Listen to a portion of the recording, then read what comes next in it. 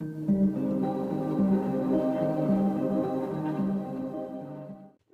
दोस्तों, स्वागत है आपका एक और बेहतरीन वीडियो में। आज हम बात करेंगे कि एसी करंट और डीसी करंट में कौन ज़्यादा खतरनाक है। तो कुर्सी की पेटी लगाकर आराम से बैठ जाइए क्योंकि वीडियो में बहुत मज़ा आएगा।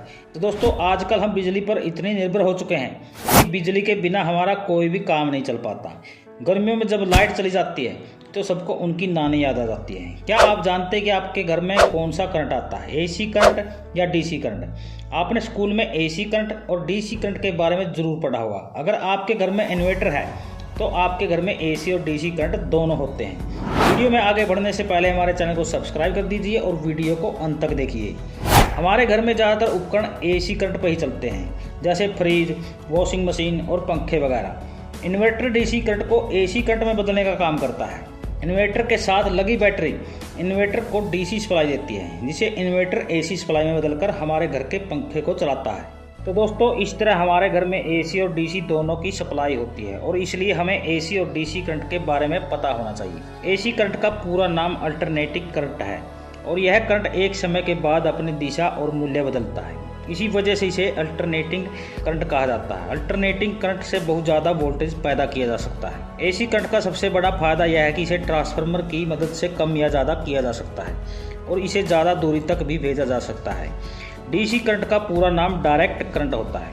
डीसी करंट अपनी दिशा और मूल्य को नहीं बदलता, इसलिए इसे डायरेक्ट करंट कहा जाता है।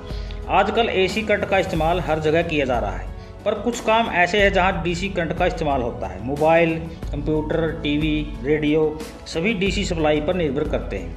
किसी भी बैटरी को चार्ज करने के लिए डीसी करंट का ही इस्तेमाल होता है और यही करंट बैटरियों में भी स्टोर होता है। एसी करंट को बैटरियों में स्टोर नहीं किया जा सकता है।